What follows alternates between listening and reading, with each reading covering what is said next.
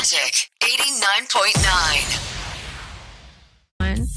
We talk about anything that moves with wheels.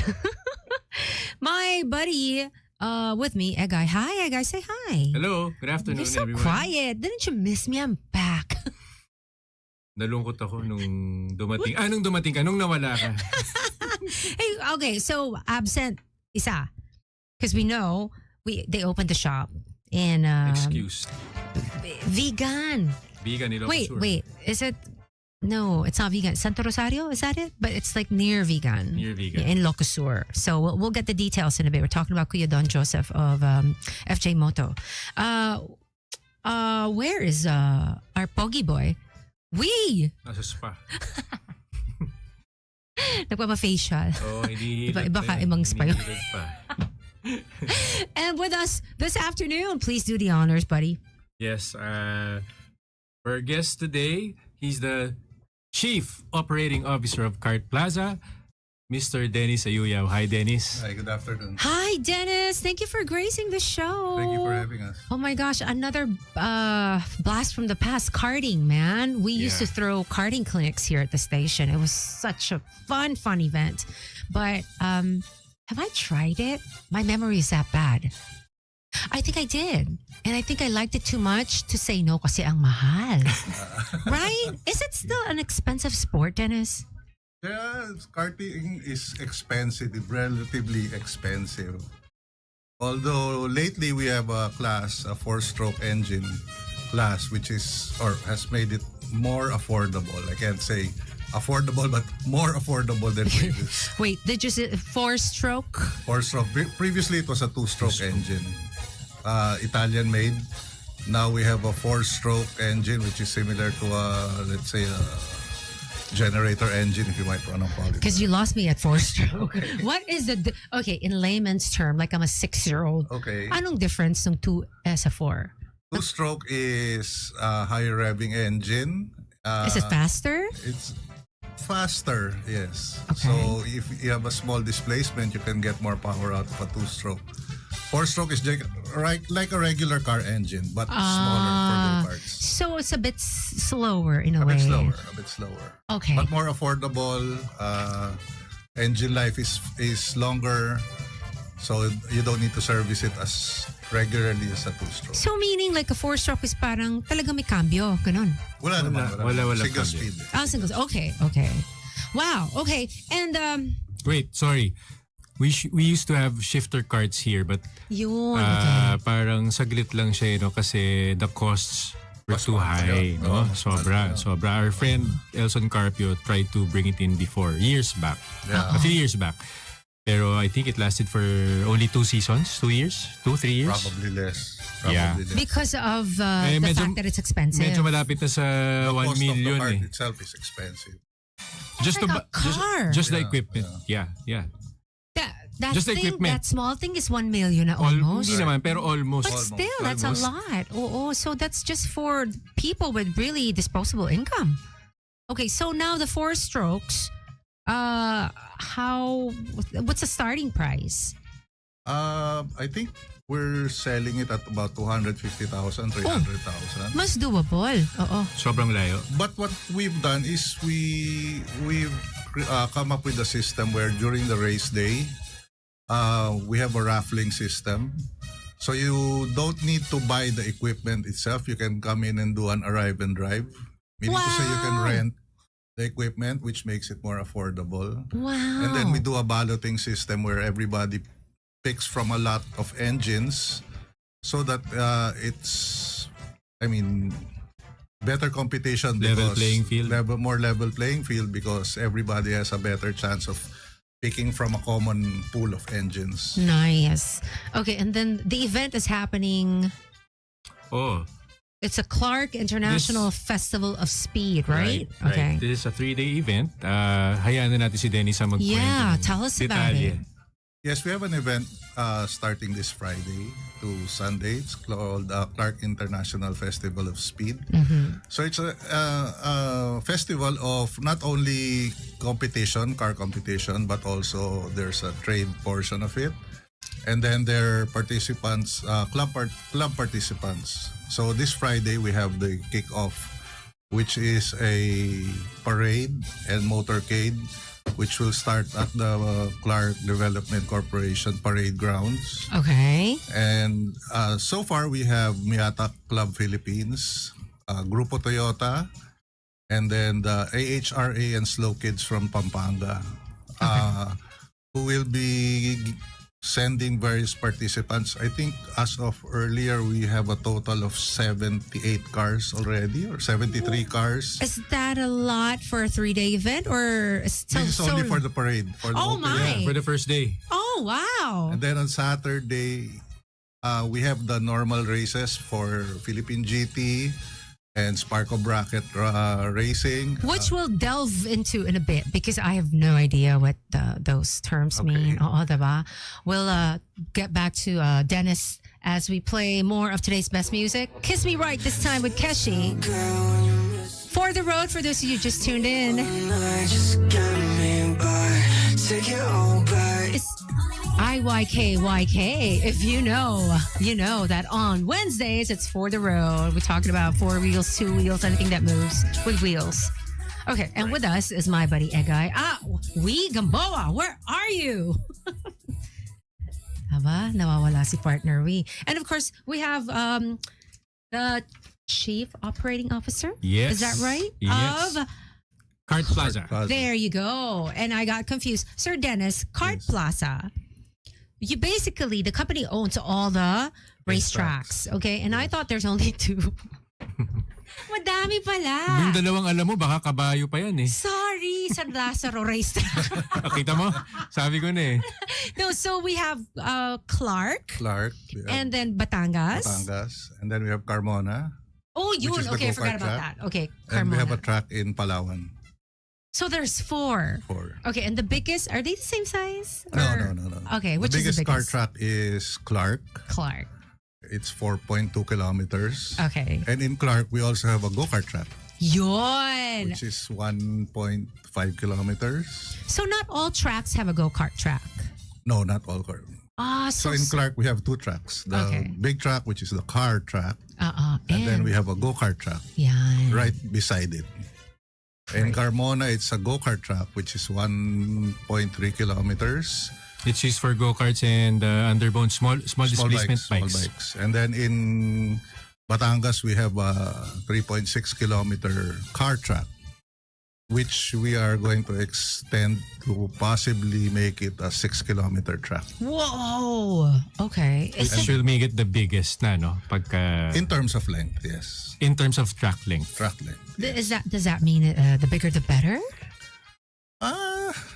Not necessarily, but Uh, it has its own character. Yeah. Okay. Maybe 'Cause it's better for straight the lang drivers. siya, Maybe right? better. No. Oh, not so it, straight. Yeah. okay. Yeah. And then we have a 1.2 kilometer go-kart track in Palawan, in Puerto Princesa. Oh my. Okay. We'll discuss in a bit. So, Sir Dennis is talking about the Clark International Festival of Speed. The first day is a parade, and the second day I interrupted him because I had to play a song. Second Well, day. on the first day, let me just extend or give a little more information on the first day. Aside from the parade, we're going to give the car clubs that have participated an opportunity to experience the track. So we're doing several track sessions for them. It's like an open track day. Okay. Because feedback we got was there are some people who joined the clubs pero nahihiya.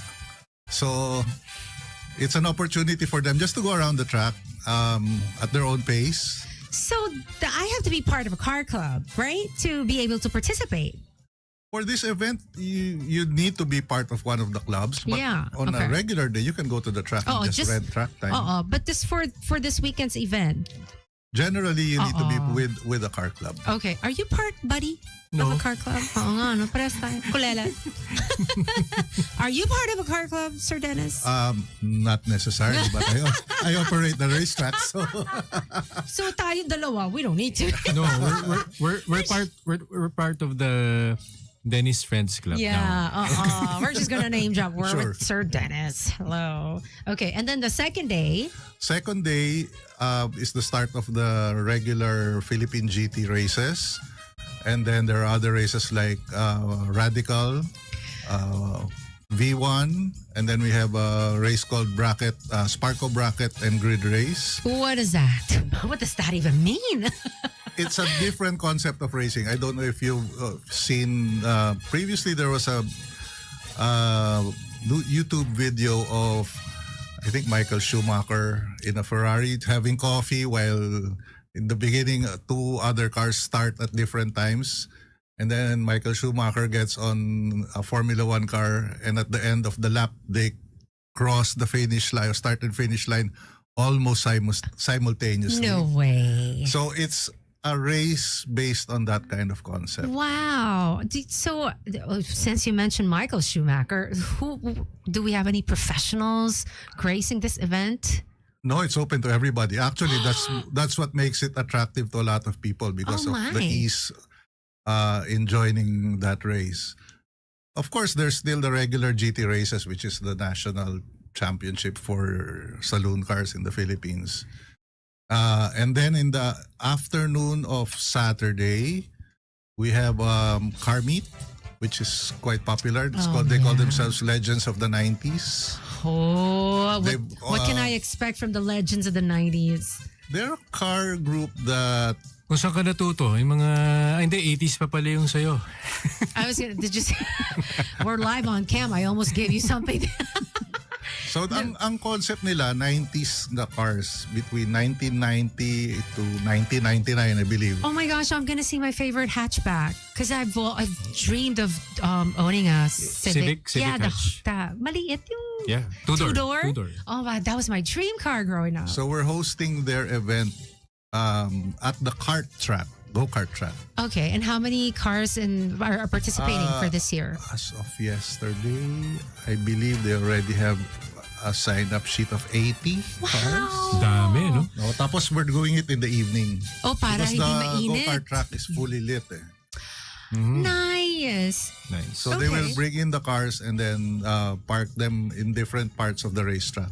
Oh, how nice. Previously, they were operating it or they were organizing it in mall parking lots. So this is the first time they're doing it outside of Manila. So it's going to be interesting. So this event, is it open to, is Anyone. it free entrance? Yes. Free entrance? No, there's an entrance fee of 100 pesos. Okay, there you go. Yeah. And so it's a 3-day event. What happens on the third day? On the third day is the final day of the competition for the GT, V1 and Radical. And then I believe there's also some supercars that are interested in coming. They usually do their breakfast runs. So we're also hosting them probably to do a track experience session also. When you say breakfast run, diba, like it's like starting in Manila and then just going to a certain destination. North or certain destination, restaurant. They have breakfast, socialize, and then immediately. And I thought they were going to go around the track and just burn some tires, hindi naman part yun. Well, they can. We can give them a session probably during the lunch break. They can take their cars on the track. For free, or do they charge? Do they buy a This pay? is for free because they're part of the event. Wow, Nice. look at you. So what are we driving there, guy? Hanap tayo nung para sa'yo, mini ka. Kung meron pang tumatakbo na mini ka. Oh my gosh, I wouldn't even want to drive that thing. That's too precious. That's too precious.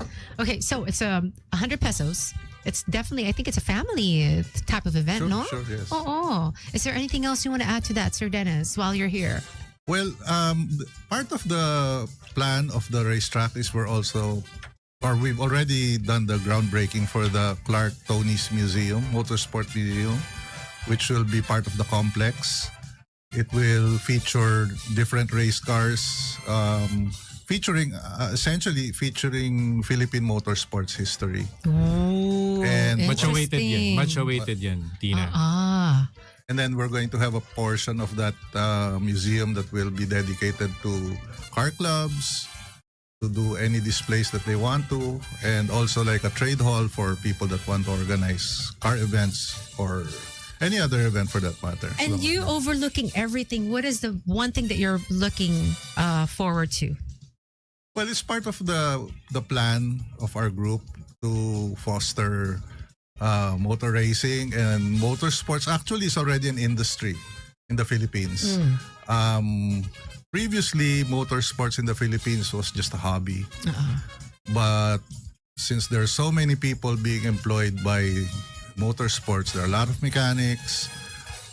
We have a lot of mechanics that have gone overseas and are quite well known to be very good people in motorsports. So our plan is really to foster the industry, to be able to make it grow even bigger and give more opportunities. So part of the festival is a trade show. We're going to have displays of other suppliers which are related to motorsports. Nice. And hopefully with this first event, eventually we'll be able to attract more, how would you say, stakeholders in the motorsport industry. Great. Awesome. I do have a question, but before you answer it, I'm going to take a quick break. One song. How much room is there for women in this? Yeah, diba? Diba? A lot. A lot ba? Okay, we'll be back. We'll be back quick. Taking a short break, you guys. Magic 89.9 is DWTM. On Wednesdays, it's For the Road. With me is my buddy 𝐂𝐢𝐟𝐨. Missing in action, Don Joseph and Gamboa. Absent, no notice, suspension to. And of course, Mr. Dennis Ayuyao of Kart Plaza. The hanging question earlier, how much room for women does the racing industry have? Yes. Oh, there's a lot of room for women. There are a lot of very good women drivers. I guess the most well-known right now is Bianca. Bianca's, Yes. oh my God, Started the in the first, Philippines sa Carter. first Filipino to be sponsored by McLaren. Wow. Previously, there was Michelle Baumgartner, Yeah, Mazda, right? the Formula in the US. I know one, 𝐂𝐢𝐿 Villar. Kathy Villar still racing Hi, actively. Kathy. Okay. And So, there's a lot of potential. There's a lot of potential for women. I believe women have already broken the barrier for men thank you, Sir being Dennis. exclusively for racing. Thank you. So there's really no advantage to be a man in racing or in karting. It's a level playing field for all I think genders. except Dennis, if you're a woman in your teenage age, yun may barrier na yun. Ayan. Okay. Tama, mali. So, Sir Dennis, next week, wala na siya. No, I think the only barrier now is my cash flow. 'Cause Cash flow. It's, Yes, I know, yes. we all know for a Yes. fact that even go-karting is a bit of, it's a bit It's expensive. expensive. It is. Has that changed for Dennis? I mean, how long have you been in the industry? Because in the 90s, it was really expensive. Do you think nowadays it's more doable? We've introduced a class that makes it more affordable. Okay. Part of the reason is we already have a system where you can arrive and drive. So we're trying to give a more level playing field to everybody. You can still buy a cart, which you can use for practice. But during the actual competition, you will have to rent an engine from a pool of engines that we raffle off to everybody. Oh, okay. So you're saying that parang if I don't have the space for it even, Kart Plaza is there to accommodate Sure, my needs. sure, Yun na yun, yung pupunta Yes, ako doon, I just yes. wanna, uupak lang ako sa Pwede ka mag-rent. Yeah. So, dating ka lang, so hindi masyadong malaki yung capital outlay mo. You can just rent for the weekend. how much That's why it's called Arrive and Drive. Arrive and Drive. What's the starting price? I'm just curious. For the rental, Yes. I believe for a weekend, it's about 50,000. Includes the Okay. tires, your registration, your gasoline, Yeah. and then the use of the go-kart and the engine, Okay. except any damages due to accidents. Yes. And no snacks included. Okay, so babaon na lang ako. Oh, Edgar, I think we should do like a... Oh, we can't just do that. I mean, we have to at least have a little knowledge of how to drive a cart, diba? Right. Oh. But it's, again, that's something that we used to do here on The Magic. Oh my gosh. It's a blessing that you're here, Sir Dennis. We've been organizing a cart clinic for the past 7 years. Okay. The idea is to make people who have been to the malls, for example, and tried karting, It's a different give them a different experience. And then for kids, it's a chance for the parents to see whether their kid Has potential. has potential and whether there's really an interest to go further in karting. So I believe we have one in next 2 weeks. I think week after this weekend, 26. A karting clinic Karting happening clinic in Carmona. In Carmona. So Yes. is it closer by? Yes, Closer. yes. Okay. Kathy Villar's partner is one of their instructors. Nice. Yeah, Oh Jen He's the my- main Liliaco. instructor.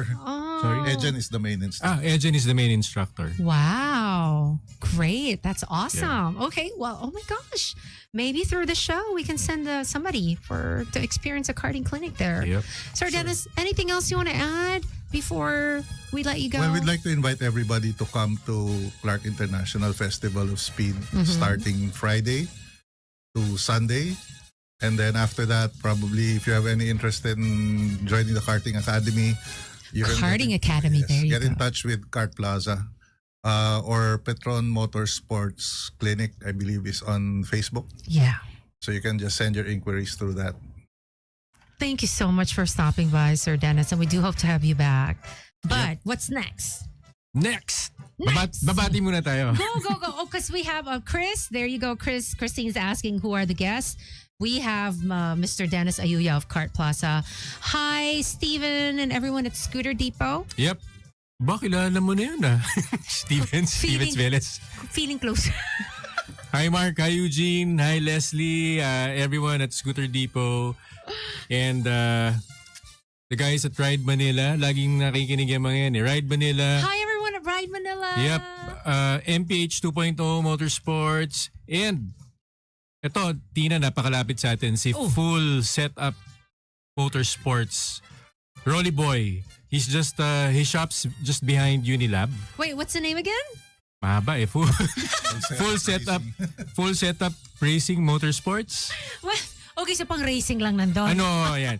It's just a name, but Rolly Man. Rolly Boy siya dati, no? Ngayon medyo umidad na Rolly Man na siya. Kasi yung anak niya Rolly Boy na. No, but seriously, Rolly does everything. Kahit yung mga, alam yung mga kotseng pinasabog sa pelikula. No Kakainin way. Mga gawin stunt yun. cars. That's awesome. No, but yeah, it's not just motorsports. He does the normal repairs, PMS. It's just along Williams Street. Any cars? Yeah, I have a any little car. kalampag on my vintage. My vintage na Vintage. Dapat siguro i-donate mo na yan sa museum ng Kart Plaza. Oh my gosh, yeah. And when is that again? The museum is opening? We launched it few weeks ago. Nice, But nice. it'll take about a year or so. Groundbreaking yung 2 weeks Groundbreaking ago. lang. No? Okay, so you'll be back to invite everyone for Sure. that. Yay! Yep. Yan walang entrance yun. Oo nga. I'm excited. I mean, I'm not a car enthusiast, but I think it would be like interesting to see the history, right? Yes. Yes. And, sorry, Dennis is not only the COO of Kart Plaza, no? His dad is one of the early batches, early motorsports drivers of our country. Wow! Together with the late Dodgy Laurel, Oh, nice. Paquito Ventura. Legendary pala ang bisita. Di ba naman Yes. ako winarningan? Oh, sorry, is your dad one of the founders of the AAP, which was the PMA before? My father was Former one president. of the presidents of it. Yeah. But previously in the 50s, they were the pioneers of motorsports. Their group was called the Cam Wreckers Association. Oh my gosh. So they were not only racers, but they were one of the first organizers for Philippine motorsports. Oh wow. So we will also be featuring all of that history and memorabilia At the museum. Yes. So, Sir Dennis, make sure you come by and let us know when we that's will. going to be. We will definitely. Yay! All right. But Exciting. oh my gosh, I think I forgot to do some time check. Hoy, remind me naman, this is also your show, no? It is 2:44. That time check was brought to you by Kia Sonnet. Love the drive. Also by our friends from Ajinomoto Soup and Go. Ohio, make good mornings brighter. Here is a song being brought to you by Duncan. Pasalubong ng Bayan. It's Tommy Richmond on today's Best Music, Magic 89.9. Magic 89.9. And it is, that's it for for the road. Bud, Yeah. tayo yung nakalimot. Nakalimot tayo, ano? We actually told us he was going to be in Japan. Alam mo, Tina, baka kailangan mo mag-vitamin B ba yun? B-complex. B-complex? Kasi pangalawa na yan. Yeah, that's right. Okay, so Anyway, hi to we. Hi to we. for sure, next week, we're going to be complete. Yan. Hindi, alam mo, pag ganito parang gusto ko na rin Mag-leave. Mag-leave muna. Hindi, ang nakakainis. Wala naman ako sa ibang bansa. Nandiyan ako sa pantry. Sa pantry lang ako. But anyway, there is a launch happening now, right? Royal Enfield. Royal Enfield. Wow. It's actually a media day. I don't know if they're launching a new model, but, but yeah, they're in Marilake in Real Quezon right now. Oh, Marilake, where that's Pupunta ako sana, kaya lang kino-compete ko pabalik. Mag-isa si Tina pag hindi ako umabot. Is it too late? Like 9 is the event a.m. done? Ang take-off dapat kanina 6 a.m. So it's just today, and then you guys all. There's an overnight option. So Diba? yeah, they were Yun forcing me kasi. to come even until before lunch. So sabi ko, syempre knowing that you guys are gonna sleep there, sabi ko baka mapatagal pa ako, di ba dahil sa inggit? No, what? Tapos solo ka na lang. You can go now if they're No, sleeping no more. there, right? But it's Next nice to time. see you. Thank you, Bud. And hopefully next week all the boys will be here. Yep. Anything else you want to add before we go meet with the boss? Well, to everyone who just tuned in, no, and if you're a car person, you're a car guy, there's gonna be the Clark International Festival of Speed happening this Friday to Sunday at the Clark Speedway. This is not only for dads, for boys, for guys. I think it's a family yes, affair. it is. You can bring everyone, even your Okay. pets, to Clark. No way, it's pet friendly. Oo naman, basta pupulutin mo yung ano, ha? Of course. Be responsible. Yes. pet owner, okay? Pick up your dog poop. Yes. Oh, and then when is PIMS happening? Alam mo, dalito na ako. Sorry, next week. Next week then. Next week, no? Yeah, a lot. 4 days yon. Anyway, we will be guesting someone from Campy, PIMS. Nice. Wednesday, kasi ang first day nila, Thursday. Yeah. Thursday and we're to Sunday. invited. Remember why. Of course, yeah.